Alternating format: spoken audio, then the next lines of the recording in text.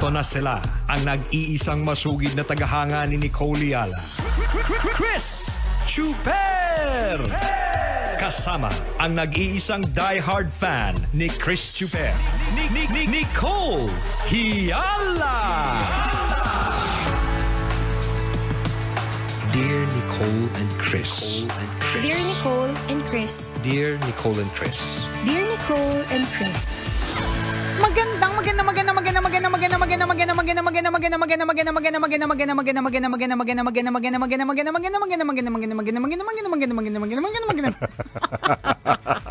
Yan ba tinuturos mo sa anak mo?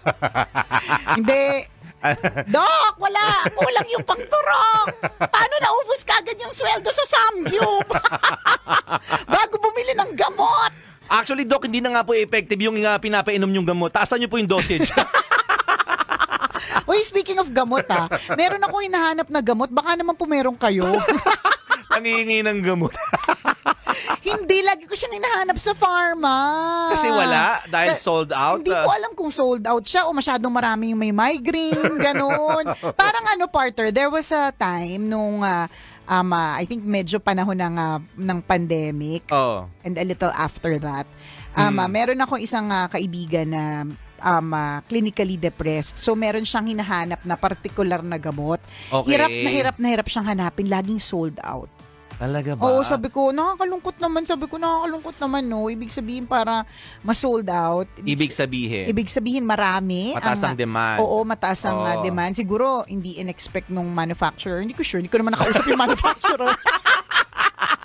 Hindi ko naman nakausap. So, hindi natin sure. Ay, pwede diba? din konti naman talaga yung nagagawa. Yung konti lang yung supply. Pwede din ganun. Pwede din naman konti lang yung supply. Siguro kasi di ba parang kapag meron kang drugstore or meron kang pharma, di ba may inventory na tinatawag. Alam mo, parang tindahan. Oo. Alam mo kung aling kape yung fast moving sa delata na hindi gumagalaw. Nabibili. Oo, kaya next time, di ba, mas madami yung bibilin mo dun sa kape. Ganun. So, yun. So, baka nga naman low din yung supply. Kasi nga, baka dati, hindi naman ganun. Hindi naman ganun yung demand tas biglang nagkakaubusan. Parang alcohol nun. Diba, hindi naman tayo sanay na nag-alcohol sa bahay nyo ba? Lagi may alcohol. Yung banyo nyo ba? Lagi may alcohol dati. Basta partner, meron kami laging alcohol, partner. Tinutungga ko nga every night Anong alcohol ba? Pagpasok, dala-dala mo yung alcohol Oo nga, di ba? Ano mang alcohol? Ethyl. Hindi yung binibisyo mo. Hindi. Ethyl pala, tsaka isopropyl. Yung 99% kenemelatic. Ibang alcohol naman sinasabi mo Sorry na, di ba? Di totoo. Diba? Tapos nagkaubusan na lang sa tindahan yun isang araw walang alcohol. Kaya tuloy, kahit yung hindi mo na kilalang brand, tinira mo na lang din. Tinira. Umiinom talaga. Ibig sabihin, pinatos mo na lang din. Oh.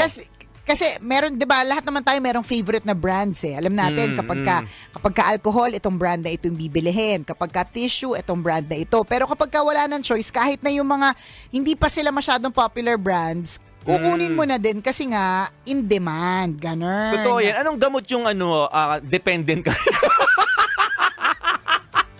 Nakakaloka.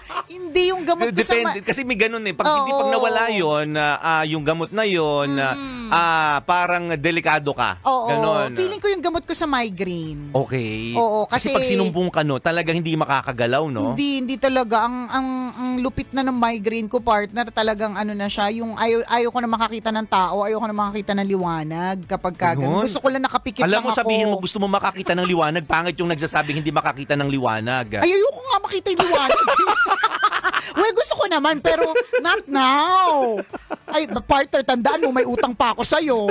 Pag nakita ko kagad yung liwanag, di ko na mababayaran yan. Ipagdadasal ko rin. Ipagdasal mo, partner.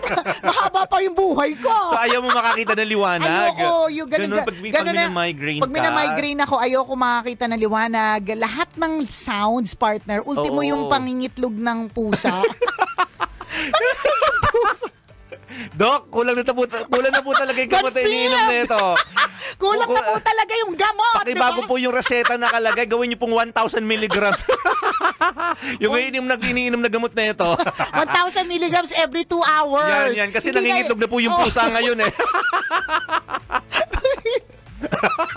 Ultimo pangingitlog ng pusa naririnig ko, partner. Okay, sana pati itlog ng pusa magigets namin Pero yung pangingitlog ng pusa parang mahirap maintindihan. Ay, hindi pala. Gusto ko palang sabihin, ultimo yung pagkalembang ng itlog ng pusa. Dok! Mali pa rin.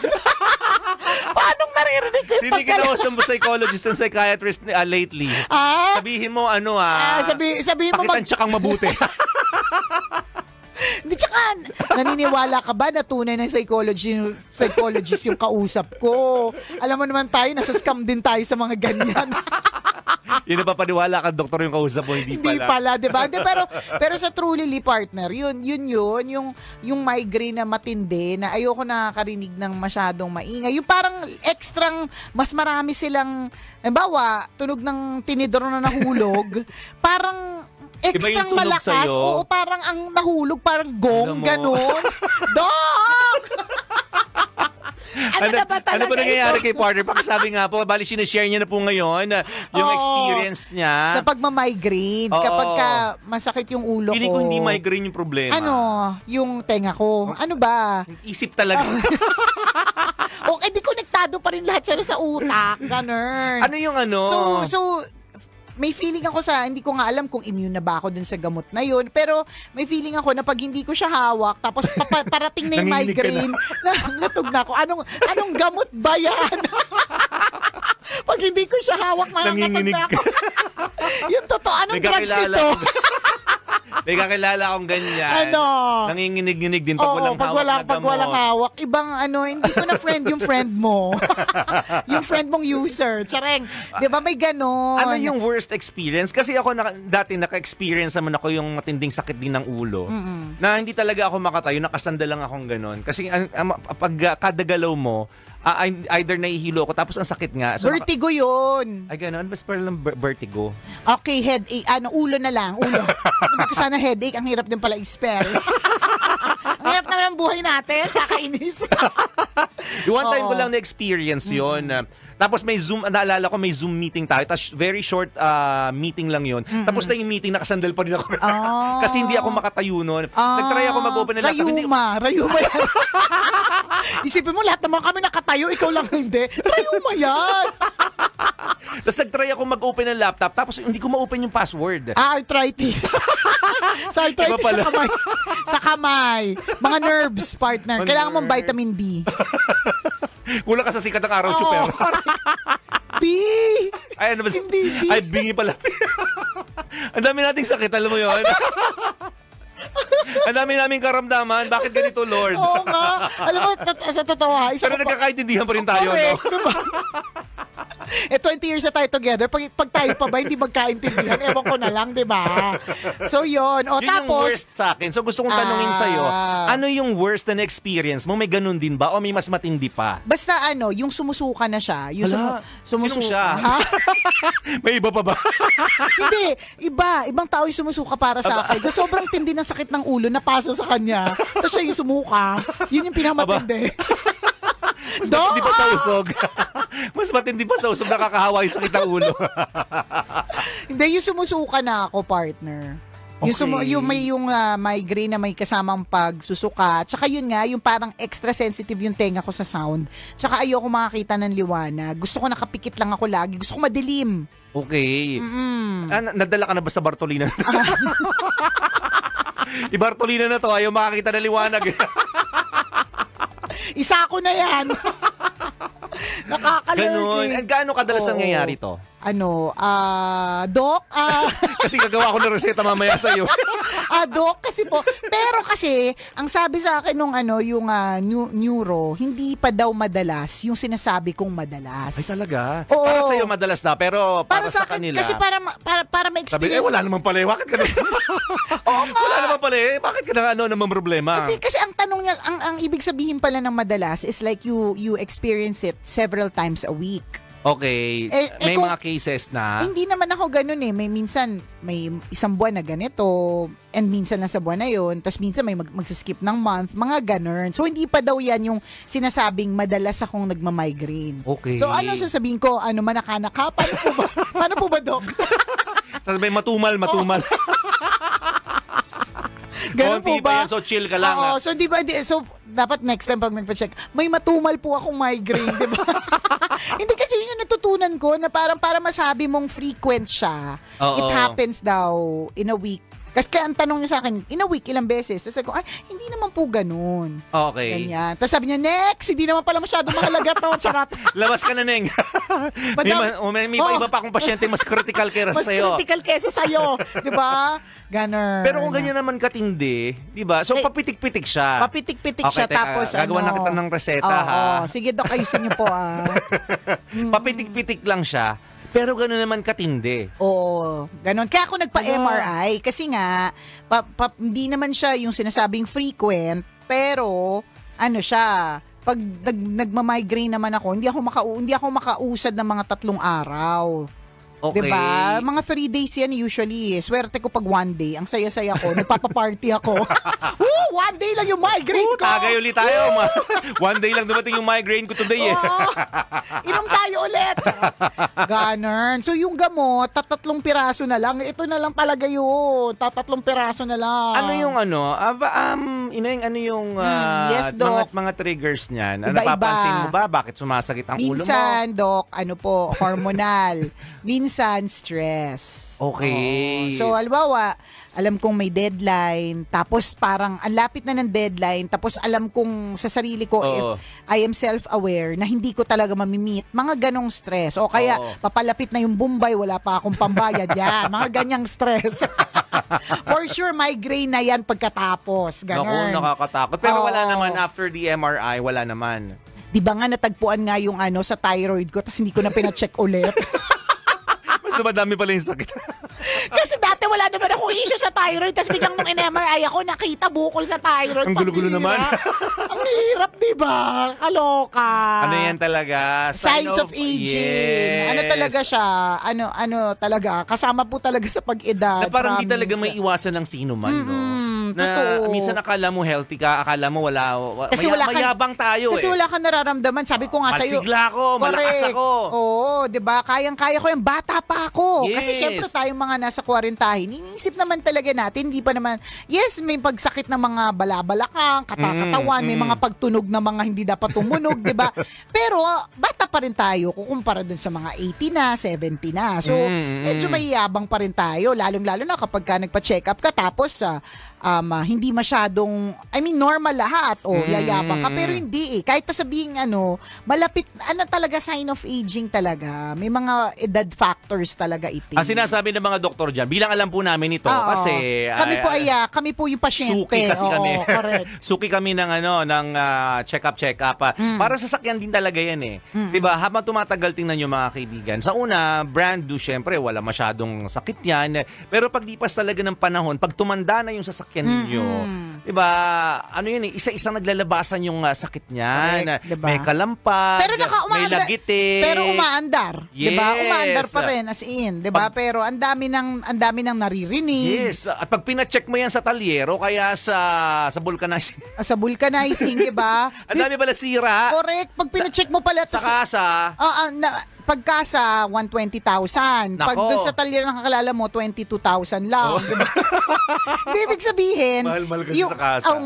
Ibig sabihin talagang madami nang ipapagawa. So ganun din yung katawan natin. Umaandar, nagpo-function naman talaga every day. Yes. Gumigising na maayos, nakakatulog na maayos, hopefully, 'di ba, yung mga ganun. Pero may mga nangyayari na po sa katawan na hindi natin alam. And kadalasan, naman talaga 'yan? Konektado talaga dyan ang aging, tsaka stress. Totoo yun. Diba? Diba sabi ni partner, nalulungkot talaga ako kay Doc Willie Ong. Oh, our friend. Oo, our friend na si Doc Willie Ong who's battling with cancer, no? Tapos yung dun sa kanyang video na sinabi niya na yung tungkol sa stress, na-stress siya sa bashers, na-stress siya sa comments, diba? Kaya sinabi niya, huwag kayong magbabasa, mga ganun, diba? Totoo. So, may ganun eh. In time, kapag ka tumatanda ka, yung akala mo hindi ka nasistress, minsan kasi in denial tayo eh. Sinasabi lang natin hindi tayo stress, pero sa totoo lang stress tayo. Totoo. Kita Diba? naman sa mukha minsan Kita. eh. Dinay ka pa. Linya-linya mo, dami-dami, tapos hindi ka stress. 20 ka lang, tapos mukha kang 52, hindi ka stress. Huwag ganun. Aminin mo din. Hindi, pero lahat yun nakaka-contribute para dun sa katawan natin na aging, tumatanda, gamit na gamit, 'di ba? Lalong-lalo na kung ang sipag-sipag mo, ang busy-busy mo, ang dami mong ginagawa. Yung mga ganun ba? Totoo yun. Malaking factor ang stress o contributor ang stress sa function ng ating katawan. Tingnan mo, umaabot sa ganung katinding sakit because of stress. So, ibig sabihin, kabisyo, kung ang age, hindi natin maiiwasan, hindi natin makokontrol talaga, nagdadagdag tayo ng edad, which is a blessing. Diba? At least yung stress, hindi man natin totally matanggal everyday kasi lagi part of life naman talaga yan. Pwede mo namang ma-manage. Oh. Yes. Hindi mo talaga masasabing iwasan kasi i-manage mo paano maiwasan or kapag ka nasa-stress ka, anong dapat mong gawin? Means yun halimbawa nasa-stress ka, nasa gitna ka na isang very stressful situation. Alisan mo lang sitwasyon mo kahit sa sitwasyon na yun kahit mga 5 minuto. Totoo Labas ka yun. lang muna, ganyan. Tapos pagbalik mo, stress ka pa rin, oo. Hindi naman na tanggal. Yung problema nandiyan pa rin. Pero kahit paano na-manage mo. Masmasan ka, ganun. Halimbawa, may nambabash sa'yo sa Facebook, for example, o sa social media. Huwag mo nang patulan. Pwede. Ang hirap sa'yo, di ba? Nagbinash ka na, ginaganahan ka pang patulan. Oo, hindi naman natatapos. Reply ka pa. Hindi naman natatapos pati yan. Di matutulog kang pangit. Ganun.